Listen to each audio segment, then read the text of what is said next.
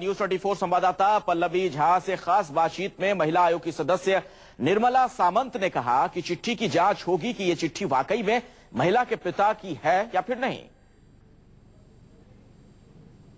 हमारे साथ है राष्ट्रीय महिला आयोग की सदस्य निर्मला सामंत जी, जो कि स्नूपिंग के पूरे मामले पर हमसे बात करेंगे। आइए सीधे उनसे बात करते हैं।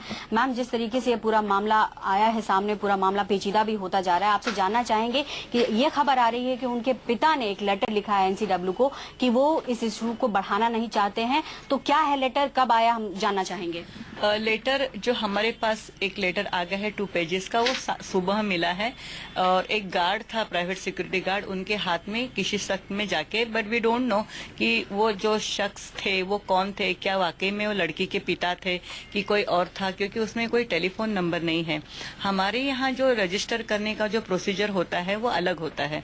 हमारे यहाँ पर्सनली कोई आता है, उसके ऊपर हम लोग स्टैंप लगा देते हैं, तो ये होता है कि yes this has been, and which is a normal procedure of even private corporate organisations as well as a government organisation normally उसको ऑथेंटिकेट कर लेते हैं। इस तरह का कोई स्टैम्प मैंने देखा नहीं है, बट चलो मान के चलिए कि वो उन्हीं का था, because we need to be very fair कि उन्होंने कहा भी होगा और आएंगे तो हम लोग वेरीफाई करेंगे, क्योंकि उसके ऊपर वी विल फाइंड आउट दूसरे तरीके से। जी मैम, ये जानना चाहेंगे कि चूंकि आपने कहा कि आप मान रही हैं कि अभी मान के चला जा रहा है उनके पिता ने लिखा है, तो होम मिनिस्ट्री को भी आप लोगों ने लेटर लिखा है, तो वो किस बारे में लिखा गया है और क्या है उसका कंटेक्स्ट? 3-4 दिन से जब ये सिलसिला चल रहा था तभी लड़की के पिताजी का या तो लड़की का कोई भी लेटर नहीं आया था। अब जब मामला काफी गरमाया है तो हो सकता है कि उनके ऊपर या तो कोई प्रेशर होगा या तो उनका लेटर होगा नहीं होगा, that is not our lookout. हमारी बात यही है कि लड़की स्वयं नहीं आती है तो हम लोग नॉर्मली इस लेटर को एक्सेप्ट नहीं करते हैं। So we normally don't accept because she herself has not come, she is an adult, और जो भी उनके पिताजी आ गए, वो पिताजी नहीं आ गए तो हम कैसे मान के चलेंगे कि, तो ये बहुत जरूरी है कि जब तक वो हम वेरीफाई नहीं करते मामले को हमको आगे बढ़ाना ही पड़ेगा।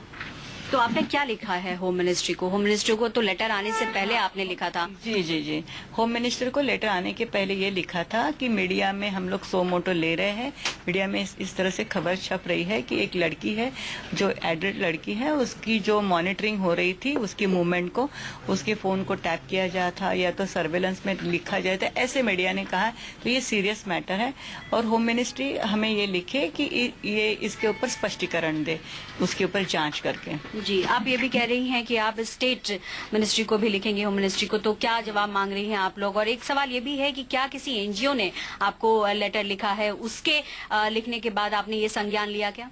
एनजीओ के लेटर्स को हम अभी मैं देखूंगी, लेकिन एनजीओ के बहुत सारे लेटर्स हमारे पास आते हैं, तरह तरह के आते हैं, उसकी हम लोग स्क्रूटिनी अभी करेंगे। आपका दूसरा क्या सवाल था कि स्टेट को आप लिखेंगे? क्या स्टेट को लिखना ही पड़ेगा क्योंकि ये स्टेट का मामला है, this is not a national issue, वो स्टेट का मामला है। तो स्टेट के होम डिपार्टमेंट को, चीफ सेक्रेटरी को, the then chief minister, the then home minister, इसको इनकी कार्रवाई क्या होगी वो देखना पड़ेगा। We will have to write to them. अगर लड़की और उसके पिता जो है वो खुद आके कहते हैं कि हमें इसमें नहीं इन्वेस्टिगेशन कराना है, हमें किसी तरीके का इसमें कोई भी जांच नहीं कराना चाहते हैं, तो फिर किस तरीके से एनसीडब्ल्यू लेगी इसको? नॉर्मली क्या होता है, आप अभी कोर्ट में भी जाते हैं और एक स्टेटमेंट आ जाता है और होता है, उसके बाद में अगर रिट्रैक्ट होता है स्टेटमेंट में तो उसमें भी एक प्रोसीजर होती है, उसमें भी हम पूछते हैं कि ऐसी कौन सी सर्कमस्टेंसेस हो गए कि you are not now interested, तो उसमें भी उन्होंने कहा हाँ और उन्होंने कहा ना, ऐसे नहीं होता है।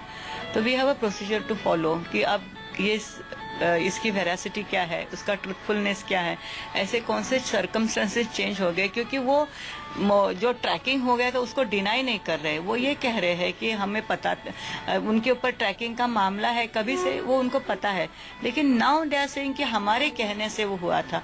तो if you see the act, अगर आप कानून की बात करेंगे तो कानून के अंतर्गत ये नहीं आता है, ट्रैकिंग नहीं आता है। फिर भी ट्रैक किया गया है तो अंडर व्हाट प्रोविजन, ये हम स्पष्टीकरण मांगेंगे, हम गवर्नमेंट से स्पष्टीकरण मांगेंगे। हम ये नहीं कहेंगे कि उन्हीं को आना है, हम उनकी कॉन्फिडेंशियलिटी भी रखेंगे। लेकिन मैम ये जो पूरा मामला है काफी राजनीतिकरण हो चुका है इस मामले को, आपको नहीं लगता है कि एनसीडब्ल्यू जो है वो भी इसमें आ गया है? क्योंकि ऐसे कई मामले होते हैं, और क्या एनसीडब्ल्यू ऐसे कई मामलों को संज्ञान में लेती है?